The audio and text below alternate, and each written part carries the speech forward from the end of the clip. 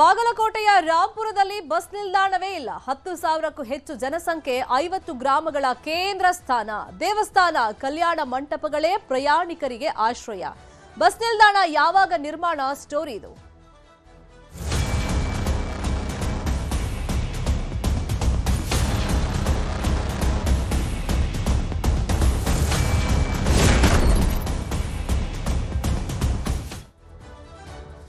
ಒಂದಿಷ್ಟು ಪ್ರಮುಖ ನಿಲ್ದಾಣಗಳು ಅಂತಿರುತ್ತೆ. ಅಂದ್ರೆ ಜನರಿಗೆ ಅನುಕೂಲ ಆಗ್ಲಿ ಅಂತೇಳಿ ಬಸ್ ನಿಲ್ದಾಣಗಳನ್ನ ನಿರ್ಮಾಣ ಮಾಡಿರ್ತಾರೆ. ಇಲ್ಲಿ ಜನರಿಗೆ ಏನು ಕೊರತೆ ಇಲ್ಲ, ಸಾವಿರಾರು ಜನ ಬರ್ತಾರೆ, ದಿನಕ್ಕೆ ನೂರಾರು ಜನ ಬಸ್ ಸಂಚಾರ ಮಾಡ್ತಾರೆ. ಆದ್ರೆ ಬಸ್ ನಿಲ್ದಾಣನೇ ಇಲ್ಲ ಆ ಪ್ಲೇಸ್ ಅಲ್ಲಿ. ಹಂಗಾಗಿ ಜನ ಅಂದ್ರೆ ಪ್ರಯಾಣಿಕರು ದೇವಸ್ಥಾನಗಳಲ್ಲಿ ಆಶ್ರಯ ಪಡಿತಾ ಇದ್ದಾರೆ ಬಸ್ ಬರೋ ತನಕ. ಬಾಗಲಕೋಟೆಯ ರಾಂಪುರದ ಕತೆ ಇದು. ಅಂದ್ರೆ ಎಲ್ಲೆಲ್ಲಿ ತಮಗೆ ಆಶ್ರಯ ಪಡೆಯೋಕೆ ಸಾಧ್ಯ ಇದೆ, ಕಲ್ಯಾಣ ಮಂಟಪಗಳು ಸುತ್ತಮುತ್ತ ಅಥವಾ ದೇವಸ್ಥಾನ, ಅಲ್ಲಿ ಕಾಯ್ತಾ ಇದ್ದಾರೆ. ನಮಗೊಂದು ಬಸ್ ನಿಲ್ದಾಣದ ವ್ಯವಸ್ಥೆ ಬೇಕು, ಅಲ್ಲಿ ನಮ್ಗೆ ವಿಶ್ರಾಂತಿ ತಗೊಳಕ್ಕೆ ಅಥವಾ ಬಸ್ಸಿಗೆ ಕಾಯೋದಕ್ಕೆ ಅನುಕೂಲ ಆಗೋ ರೀತಿಯಲ್ಲಿ ವ್ಯವಸ್ಥೆಗಳನ್ನ ಮಾಡಿಕೊಡಿ ಅಂತ ಹೇಳಿ ಬಾಗಲಕೋಟೆಯ ರಾಂಪುರದ ಜನ ಕೇಳ್ತಾ ಇದ್ದಾರೆ. ಪ್ರಯಾಣಿಕರಿಗೇನು ಸಮಸ್ಯೆ ಇಲ್ಲ, ಅಂದ್ರೆ ಪ್ರತಿದಿನನೂ ನೂರಾರು ಸಂಖ್ಯೆಯಲ್ಲಿ ಜನ ಅಲ್ಲಿ ಬರ್ತಾ ಇದ್ದಾರೆ, ಬಸ್ ಪ್ರಯಾಣವನ್ನ ಮಾಡ್ತಾ ಇದ್ದಾರೆ. ನಮ್ಗೆ ಅನುಕೂಲ ಆಗೋ ರೀತಿಯಲ್ಲಿ ವ್ಯವಸ್ಥೆ ಮಾಡಿಕೊಡಿ ಅಂತ ಕೇಳ್ತಾ ಇದ್ದಾರೆ.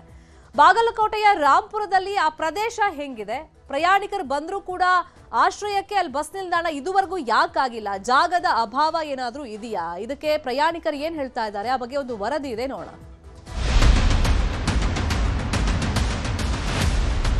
ಬಸ್ ಸ್ಟ್ಯಾಂಡ್ ಸಲುವಾಗಿ ಅವರೆಲ್ಲ ಅಂಗಡಿ ಕಳ್ಕೊಂತಾರೆ ಸರ್. ಈಗ ನೂರಾರು ವಿದ್ಯಾರ್ಥಿಗಳು ಬರ್ತಾರೆ, ಅವ್ರಿಗೆ ನಿಂದ್ರಾಕ ಸೌಲಭ್ಯನೇ ಇಲ್ರಿ. ಮಳಿ ಬಂದ್ರೆ ಈಗ ಮಾಡಾಗೈತ್ರಿ, ಮಳಿ ಬಂದ್ರೆ ನಿಂದ್ರಾಕ ಜಾಗ ಇಲ್ರಿ. ಬಿಜಾಪುರ ಹೋಗಕ್ಕೆ ಅನುಕೂಲಿಲ್ಲ, ಆದ್ರೆ ಕುಂದ್ರಾಕ ಸ್ವಲ್ಪ ಬಸ್ ಸ್ಟ್ಯಾಂಡ್ ಐತ್ ಕರೆ ಹೆಸರಿಗೆ ಬಸ್ ಸ್ಟ್ಯಾಂಡ್ ಅದಂಗಾಗ್ಯದ. ಇದು ಬಾಗಲಕೋಟೆ ತಾಲೂಕಿನ ರಾಂಪುರ ಗ್ರಾಮ. ಸುಮಾರು 10,000 ಜನಸಂಖ್ಯೆ ಇದೆ. ದಾಖಲೆಗಳಲ್ಲಿ ಮಾತ್ರ ಗ್ರಾಮ, ಆದರೆ ಇದು ಯಾವ ಪಟ್ಟಣಕ್ಕೂ ಕಮ್ಮಿ ಇಲ್ಲ. ಬಾಗಲಕೋಟೆ ತಾಲೂಕಿನ ಜಿಲ್ಲಾ ಪಂಚಾಯತ್ ಕ್ಷೇತ್ರಗಳಲ್ಲಿ ಒಂದಾಗಿರೋ ರಾಂಪುರ ಸುತ್ತಮುತ್ತಲಿನ 50 ಗ್ರಾಮಗಳ ವಾಣಿಜ್ಯ ಕೇಂದ್ರ ಸ್ಥಾನ. ನಿತ್ಯ ಸಾವಿರಾರು ಜನರು ಓಡಾಡ್ತಾರೆ. ಸುಮಾರು 150 ಬಸ್ಗಳು ಹುಬ್ಬಳ್ಳಿ, ಬೆಳಗಾವಿ, ಈಚಲಕರಂಜಿ, ಗೋವಾ, ಮಂಗಳೂರು, ಧಾರವಾಡ ಕಡೆ ಸಂಚಾರ ಮಾಡ್ತವೆ. ದುರ್ದೈವ ಅಂದ್ರೆ ಈ ಊರಿನಲ್ಲಿ ಒಂದು ಸುಸಜ್ಜಿತ ಬಸ್ ನಿಲ್ದಾಣ ಇಲ್ಲ. 10 ಅಡಿ ಅಗಲ, 20 ಅಡಿ ಉದ್ದದ ತಗಡಿನ ಶೆಡ್ನಲ್ಲೇ ಕೂತು ಪ್ರಯಾಣಿಕರು ಬಸ್ಗಾಗಿ ಕಾಯಬೇಕು.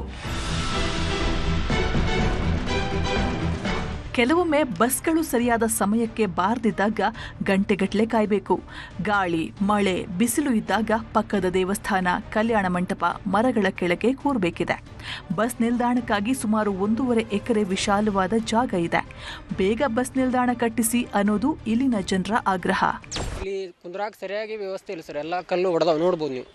ಆಮೇಲೆ ಮಳೆ ಬಂದ್ರೆ 4 ಮಂದಿಗೆ ತುಂಬಿಬಿಡ್ತೈತಿ ಇದು ಬಸ್ ಸ್ಟ್ಯಾಂಡ್.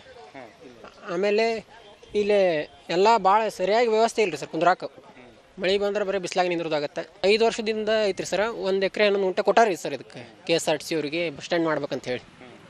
ಈಗಾಗಲೇ 1-2 ತಿಂಗಳಿಂದ ತೆರವು ಮಾಡಿ ಎಲ್ಲ ಕೊಟ್ಟಾರೆ ಸರ್. ಇನ್ನು ಅವ್ರ ಕ್ರಮ ಅದು ಇಷ್ಟು ಬೇಗ ತಗೋಬೇಕು.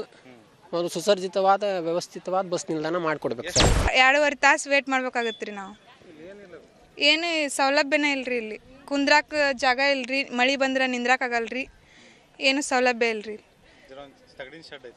ಬರೀ ಒಂದು ಶೆಡ್ ಐತ್ರಿ. ಜಾಸ್ತಿ ವಿದ್ಯಾರ್ಥಿಗಳು ಬರತ್ತಾರ್ರಿ ಇಲ್ಲಿ, ಅವ್ರಿಗೆ ನಿಂದ್ರಾಕ ಏನು ಇದು ಇಲ್ರಿ. 1 ಗಂಟೆಗೆ ಕಾಲೇಜ್ ಬಿಡ್ತೈತ್ರಿ ನಮ್ದು. 1 ಗಂಟೆ ಮೇಲೆ ಇಲ್ಲಿ ಬಂದು ಬಸ್ ಸ್ಟಾಪ್ನಾಗ ವೇಟ್ ಮಾಡ್ಬೇಕ್ರಿ. ನಾವು ಮೂರು ಮ್ಯಾಗ ಬರ್ತೈತ್ರಿ ಬಸ್. ಒಮ್ಮೆ ಅಲ್ಲಿ ಮಟ್ಟ ವೇಟ್ ಮಾಡ್ಬೇಕ್ರಿ. ಇಲ್ಲಿ ಸರಿಯಾದಂಥ ಬಸ್ ಸ್ಟಾಪ್ ಇದು ಸೌಲಭ್ಯವಿಲ್ರಿ. ಮತ್ತು ಶೌಚಾಲಯದಾತ್ರಿ, ನೀರಿಂದ ಆತ್ರಿ, ಏನೂ ಸೌಲಭ್ಯವಿಲ್ರಿ. ಹಾಗಾಗಿ ನಾವು ಇಲ್ಲಿ ಹೋರಾಟ ಮಾಡತ್ತೀವ್ರಿ. ಎಲ್ಲ ಈ ಮಹಾರಾಷ್ಟ್ರಕ್ಕೆ ಹೋಗೋ ಬಸ್ನು ಬರ್ತಾವೆ, ಇಚಲಕರಂಜಿ ಬಸ್ ಬರ್ತೈತಿ. ಗೋವಾಕ್ಕೆ ಹೋಗ್ಬೇಕಾದ್ರು ಇಲ್ಲಿ ಬಸ್ ಬರ್ತಾವೆ, ವಾಸ್ಕೋ, ಮಡ್ಗಾಂವ್, ಪೌಂಡಾ ಇವೆಲ್ಲ ಬಸ್ ಬರ್ತಾವೆ. ಆದರೆ ಜನಗಳಿಗೆ ಹೋಗಾಕ ಇತ್ತ ಹುಣಗುನ್ ತಾಲೂಕು, ಕುಷ್ಟಗಿ, ಇಲಕಲ್ಲ, ಗಂಗಾವತಿ ಸೈಡ್ ಹೋಗಕ್ಕೆ ಅನುಕೂಲ ಇಲ್ಲ. ಇತ್ತ ಬಿಜಾಪುರಕ್ಕೆ ಹೋಗಕ್ಕೆ ಅನುಕೂಲ ಇಲ್ಲ. ಆದರೆ ಇನ್ನು ಕುಂದ್ರಾಕ ಸ್ವಲ್ಪ ಬಸ್ ಸ್ಟ್ಯಾಂಡ್ ಐತೆ ಕರೆ ಹೆಸರಿಗೆ ಬಸ್ ಸ್ಟ್ಯಾಂಡ್ ಅದಂಗಾಗ್ಯದ. ಬಂದ ಸಾರ್ವಜನಿಕರಿಗೆ ಅನುಕೂಲ ಇಲ್ಲ. ಸ್ವಲ್ಪ ಕುಡಿ ನೀರಿಂದ ಅನುಕೂಲ ಇಲ್ಲ. ಪೈಖಾನಿ ಮಾಡ್ಯಾರ, ಆದ್ರೆ ಸ್ವಲ್ಪ ಅದು ಪಬ್ಲಿಕ್ಕಿಗೆ ತೊಂದರೆ ಆಗುತ್ತೆ. ಅದನ್ನೂ ಸ್ವಲ್ಪ ಅನುಕೂಲ ಮಾಡಿಕೊಡ್ಬೇಕು. ಮತ್ತು ಮಳೆ ಬಂತಂದ್ರೆ ಇಲ್ಲಿ ನೀರು ಎಲ್ಲ ಕಡೆ ನಿಂದಿರ್ತೈತಿ. ಅದು ಅತ್ತಾಗ ಯಾಕಡೆ ಹೋಗುವಂಗೆ ಮಾಡಿರಿ, ಅದೊಂದಿಷ್ಟು ಒಳ್ಳೇದಾಗತ್ತೆ. ಗ್ರಾಮದಲ್ಲಿ ಒಂದು ಬಸ್ ನಿಲ್ದಾಣ ನಿರ್ಮಾಣವಾದರೆ ಶಾಲಾ ಕಾಲೇಜು ವಿದ್ಯಾರ್ಥಿಗಳು ಸಾರ್ವಜನಿಕರು ನಿತ್ಯ ಪರದಾಡುವ ಪರಿಸ್ಥಿತಿಗೆ ಮುಕ್ತಿ ಸಿಗಲಿದೆ. ಇನ್ನಾದರೂ ಅಧಿಕಾರಿಗಳು ಜನಪ್ರತಿನಿಧಿಗಳು ಇದರ ಬಗ್ಗೆ ಗಮನ ಕೊಟ್ಟು ಜನರ ಬೇಡಿಕೆಗೆ ಸ್ಪಂದಿಸಬೇಕಿದೆ. ಮಂಜುನಾಥ್ ತಳವಾರ್, ನ್ಯೂಸ್ 18 ಬಾಗಲಕೋಟೆ. ಇದೇ ವಿಷಯವಾಗಿ ಇನ್ನಷ್ಟು ಡೀಟೇಲ್ ಆಗಿ ಇನ್ಫಾರ್ಮೇಶನ್ ಕೊಡ್ತಾ ಹೋಗೋದಕ್ಕೆ ನೇರ ಸಂಪರ್ಕದಲ್ಲಿ ಕನೆಕ್ಟ್ ಆಗಿದ್ದಾರೆ ನಮ್ಮ ರಿಪೋರ್ಟರ್ ಮಂಜುನಾಥ್. ಪ್ರಯಾಣಿಕರಿಗಂತೂ ಏನು ಕೊರತೆ ಇಲ್ಲ, ಮತ್ ಜಾಗನೂ ಮೀಸಲಿಟ್ಟಿದ್ದಾರೆ, ಅಲ್ಲಿರುವಂತಹ ತೆರವು ಆಗಿದೆ. ಅಂದ್ರೆ ಈಗ ಜಾಗ ಲಭ್ಯ ಇದೆ, ಆದ್ರೆ ಬಸ್ ನಿಲ್ದಾಣದ ಕೆಲಸ ಇನ್ನೂ ಯಾಕೆ ಶುರುವಾಗಿಲ್ಲ? ಶರ್ಮಿತಾ ಶೆಟ್ಟಿ, ಬಾಗಲಕೋಟೆ ತಾಲೂಕಿನ ರಾಂಪುರ ಗ್ರಾಮ ಅಂತಂದ್ರೆ ಇದು ಬಹಳ ದೊಡ್ಡದಂತ ಗ್ರಾಮ ಮತ್ತು ಹೋಬಳಿ ಕ್ಷೇತ್ರ ಕೂಡ. ಇಲ್ಲಿ ರಾಂಪುರ ಗ್ರಾಮದಲ್ಲಿನೇ ಉಪ ತಹಶೀಲ್ದಾರ್ ಕಚೇರಿ ಇದೆ, ಕೃಷಿ ಪತ್ತಿರ ಸಹಕಾರಿ ಬ್ಯಾಂಕ್ ಇದೆ, ವಿವಿಧ ವಾಣಿಜ್ಯ ಬ್ಯಾಂಕ್ಗಳಿದ್ದಾವೆ, ಪ್ರಾಥಮಿಕ ಆರೋಗ್ಯ ಕೇಂದ್ರ ಇದೆ. ಹೀಗೆ ಸಾರ್ವಜನಿಕರಿಗೆ ಬೇಕಾಗುವಂತಹ ಮತ್ತು ಅಗತ್ಯ ಇರುವಂತಹ ಎಲ್ಲಾ ಸರ್ಕಾರಿ ಕಚೇರಿಗಳು ಇಲ್ಲಿ ಲಭ್ಯ ಇದೆ.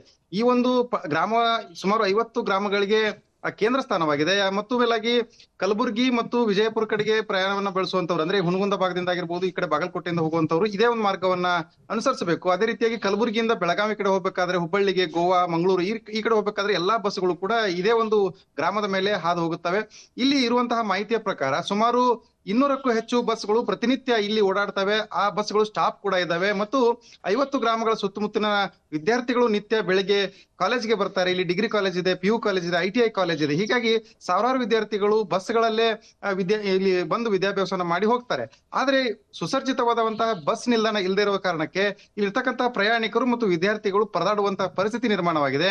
ಇಲ್ಲಿ ಸುಮಾರು 1 ಎಕರೆ 11 ಗುಂಟೆ ಜಾಗವನ್ನ ಈಗಾಗಲೇ ಸಾರಿಗೆ ಇಲಾಖೆಗೆ ಹಸ್ತಾಂತರ ಕೂಡ ಮಾಡಲಾಗಿದೆ. ಮತ್ತು ಇತ್ತೀಚೆಗೆ ಒಂದು 2 ತಿಂಗಳ ಹಿಂದೆ ಇರ್ತಕ್ಕಂತಹ ಪ್ರದೇಶದಲ್ಲಿ ಸ್ಥಳೀಯರು ಸಾಕಷ್ಟು ಅಂಗಡಿಗಳನ್ನ, ಬೇರೆ ಬೇರೆ ಸಣ್ಣ ಪುಟ್ಟ ವ್ಯಾಪಾರ ವಹಿವಾಟುಗಳನ್ನ ಮಾಡ್ಕೊಳ್ತಾ ಇದ್ರು. ಅವನ್ನ ತೆರವುಗೊಳಿಸಿ ಆ ಜಾಗವನ್ನು ಕೂಡ ಖಾಲಿ ಮಾಡಿಸಲಾಗಿದೆ. ಆದ್ರೆ ಬಸ್ ನಿಲ್ದಾಣವನ್ನ ನಿರ್ಮಾಣ ಮಾಡೋದಕ್ಕೆ ಇದುವರೆಗೆ ಯಾವುದೇ ರೀತಿಯಾದಂತಹ ಅನುದಾನ ಆಗ್ಲಿ ಅಥವಾ ಹೊಸ ಒಂದು ಯೋಜನೆಯನ್ನಾಗ್ಲಿ ರೂಪಿಸಿಲ್ಲ. ಇದರಿಂದಾನೇ ಸಾರ್ವಜನಿಕರಿಗೆ ಸಾಕಷ್ಟು ತೊಂದರೆ ಆಗ್ತಾ ಇದ್ದಾವೆ. ಈ ಹಿನ್ನೆಲೆಯಲ್ಲೇನೆ ಇದೀಗ ಮಳೆ ಬಂದಂತ ಸಂದರ್ಭದಲ್ಲಿ ಸಂಪೂರ್ಣವಾದಂತಹ ಆವರಣ ಏನಿದೆ ಅಲ್ಲಿ ನೀರಿನಿಂದ ಜಲಾವೃತ ಆಗುತ್ತೆ. ಹೀಗಾಗಿ ನಡ್ಕೊಂಡು ಓಡಾಡೋದಕ್ಕೂ ಕೂಡ ತೊಂದರೆ ಆಗುತ್ತೆ. ಈಗ ಸದ್ಯಕ್ಕೆ ಬಿಸಿಲು ಗಾಳಿ ಇರುವಂತಹ ಸಂದರ್ಭದಲ್ಲಿ ವಿದ್ಯಾರ್ಥಿಗಳಾಗಿರ್ಬೋದು ಮತ್ತು ಸಾರ್ವಜನಿಕರಾಗಿರ್ಬೋದು ಇವರೆಲ್ಲರೂ ಕೂಡ ಅಲ್ಲಿ ಅಕ್ಕಪಕ್ಕದಲ್ಲಿ ಇರುವಂತಹ ದೇವಸ್ಥಾನಗಳಲ್ಲಿ ಗಿಡಮರಗಳ ಕೆಳಗಡೆ ಒಂದು ಆಶ್ರಯವನ್ನ ಪಡೆದುಕೊಳ್ಳುವಂತಹ ಅನಿವಾರ್ಯತೆ ಇದೆ. ಮತ್ತೊಂದ್ ಕಡೆ ನೋಡೋದಾದ್ರೆ ಏನು ಈ ವಿಸ್ತಾರವಾದಂತಹ ಜಾಗದಲ್ಲಿ ಸುಮಾರು 10x20 ಅಷ್ಟು ಅಳತೆಯ ಒಂದು ತಗಡಿನ ಶೆಡ್ ಇದೆ. ಆ ಒಂದು ಶೆಡ್ ಈಗ ಸದ್ಯಕ್ಕೆ ರಾಂಪುರ್ನ ಬಸ್ ನಿಲ್ದಾಣ ಅಂತ ಹೇಳಿ ಆಗಿರುವಂತದ್ದು. ಮತ್ತು ಈ ಒಂದು ಶೆಡ್ ಅನ್ನ ಅಭಿವೃದ್ಧಿ ಪಡಿಸೋದಕ್ಕೆ ಮತ್ತು ಮುಂಭಾಗದಲ್ಲಿ ಇರ್ತಕ್ಕಂಥ ಒಂದು ಶೌಚಾಲಯದ ಕಟ್ಟಡವನ್ನು ಅಭಿವೃದ್ಧಿ ಪಡಿಸೋದಕ್ಕೆ 10 ಲಕ್ಷ ರೂಪಾಯಿಯನ್ನು ಖರ್ಚು ಮಾಡಿದ್ದಾರೆ. ಆದ್ರೆ ಆ 10 ಲಕ್ಷ ರೂಪಾಯಿ ಇಂತ ಒಂದು ಸಂಚಾರ ದಟ್ಟಣೆ ಇರುವಂತಹ ಬಸ್ ನಿಲ್ದಾಣಕ್ಕೆ ಅದು ಸಾಕಾಗೋದಿಲ್ಲ. ಹೀಗಾಗಿನೇ ಏನು ನಿತ್ಯ 100 ಬಸ್ಗಳ ಸ್ಟಾಪ್ ಏನಿಲ್ಲಿದೆ ಅದನ್ನ ಸದುಪಯೋಗ ಪಡಿಸಿಕೊಂಡು ಮತ್ತು ಸಾರ್ವಜನಿಕರಿಗೆ ಅನುಕೂಲ ಆಗುವ ರೀತಿಯಲ್ಲಿ ಒಂದು ಸುಸರ್ಜಿತವಾದಂತಹ ಬಸ್ ನಿಲ್ದಾಣವನ್ನು ನಿರ್ಮಿಸಬೇಕು. ಆ ಬಸ್ ನಿಲ್ದಾಣದಲ್ಲಿ ಸಾರ್ವಜನಿಕರಿಗೆ ಕುಳಿತುಕೊಳ್ಳುವಂತಹ ಆಸನಗಳಾಗಿರ್ಬೋದು ಮತ್ತು ತಿಂಡಿ ತಿನ್ನೋದಕ್ಕೆ ಅಲ್ಲಿ ಕ್ಯಾಂಟೀನ್ ಆಗಿರ್ಬೋದು, ಶೌಚಾಲಯ, ಕುಡಿಯುವ ನೀರು, ಹೀಗೆ ಮೂಲಭೂತ ಸೌಕರ್ಯಗಳನ್ನ ಕಲ್ಪಿಸಬೇಕು ಅನ್ನುವಂತಹ ಆಗ್ರಹವನ್ನ ಗ್ರಾಮಸ್ಥರು ಮಾಡ್ತಾ ಇದ್ದಾರೆ. ಸದ್ಯ ಈ ಒಂದು ಬೇಡಿಕೆಗೆ ಇಲ್ಲಿರ್ತಕ್ಕಂತಹ ಜನಪ್ರತಿನಿಧಿಗಳು ಮತ್ತು ಅಧಿಕಾರಿಗಳು ಸ್ಪಂದಿಸ್ತಾ ಇಲ್ಲ. ಹೀಗಾಗಿ ಆಕ್ರೋಶವನ್ನು ಹೊರ ಹಾಕ್ತಾ ಇದ್ದಾರೆ. ಶರ್ಮಿತಾ ಶೆಟ್ಟಿ, ಫಾಲೋ ಅಪ್ ಮಾಡೋಣ ಈ ಸುದ್ದಿನ.